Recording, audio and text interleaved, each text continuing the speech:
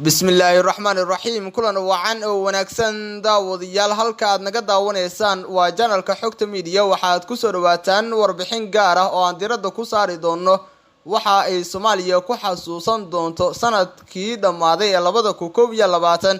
Haddaba warbixintan ayaa daawadayaal idinku soo gudbi doona dhacdooyin muhiim ah ha yeeshee inta aanan guda gelin waxaan daawada ka dalbanaya oo ka codsanaya muuqaalkan like saarto la wadaagta asxaabtaada adigoo subscribe inoo saar iyo channelka furan ee gambalka si durbadiiba aad u hesho muuqaaladan halkan soo gelino sidoo kale daawada muuqaalka qaybtiisa hoose ee faalada lagu gudbiyo commentiga aragtidaada inagula wadaag markaana daawada waxaad ku soo dhawaataa warbixinteena farmaajo ayaa sameeyay laba isku day afgambi oo dhicisoobay waxaana dalka ka baaqday doorashadii dhici jirtay 4 sano mar maanta waxa bilowday sanad cusub 2022 waxaana la sagootiyay 2021 oo Soomaaliya ku xasuusan doonto dhacdooyin badan oo isugu jira horumar iyo dib u dhac ku yimid qaranka oo 20 sano dib u dhis oo ku jiray waxyaabaha ugu waaweyn ee la xusi doono ayaa waxa kamid ah inqilaabyo fashilmay doorashadii oo waqtigeeda ku dhici weysay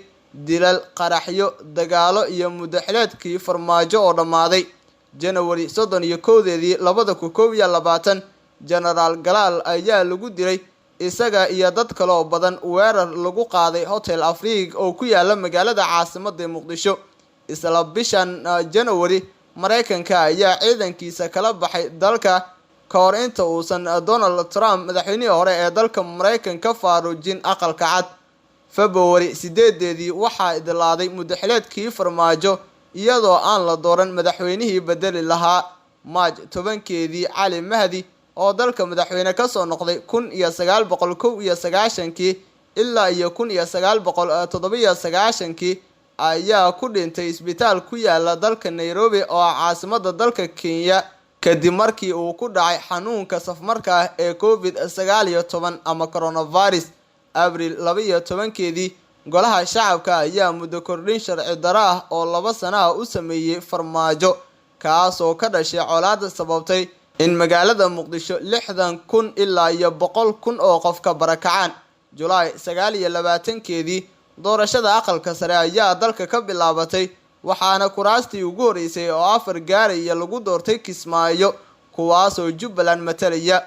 September 16 farmaajo ayaa sameeyay isku daygii koowaad ee afgambiga isagoo shaqo joojin ku sameeyay awoodaha ra'iisul wasaare Roble kadib markii ay isku khilaafeen xilka qaadista Fahad Yaasiin October 10 waxaa fashilmay jadwalkii ugu dambeeyay ee doorashada madaxweynaha Soomaaliya isla bishan October guriceel dagaal ayaa ka dhacay oo 3 maalin socday kaas oo 120 qof ay ku dhinteen December 27 farmaajo ayaa ku dhaqaaqay isku day afgambi labaad kaas oo isna uu ku fashilmay waxaa jira dhacdooyin kale oo aad u badan balse kuwan ayaa ugu waaweynaa oo xasuus gaar ah u lahaan doona dalka iyo dadka Soomaaliyeed sanadka cusub 2022 Allah ha ka dhigo mid Soomaaliya ugu wanaagsan midkii tagay ee 2021 guud ahaan daawadayaal halkaas ayaan jecelahay in aan ku soo gabagabeeyo warbixintii aan diradda ku saareynay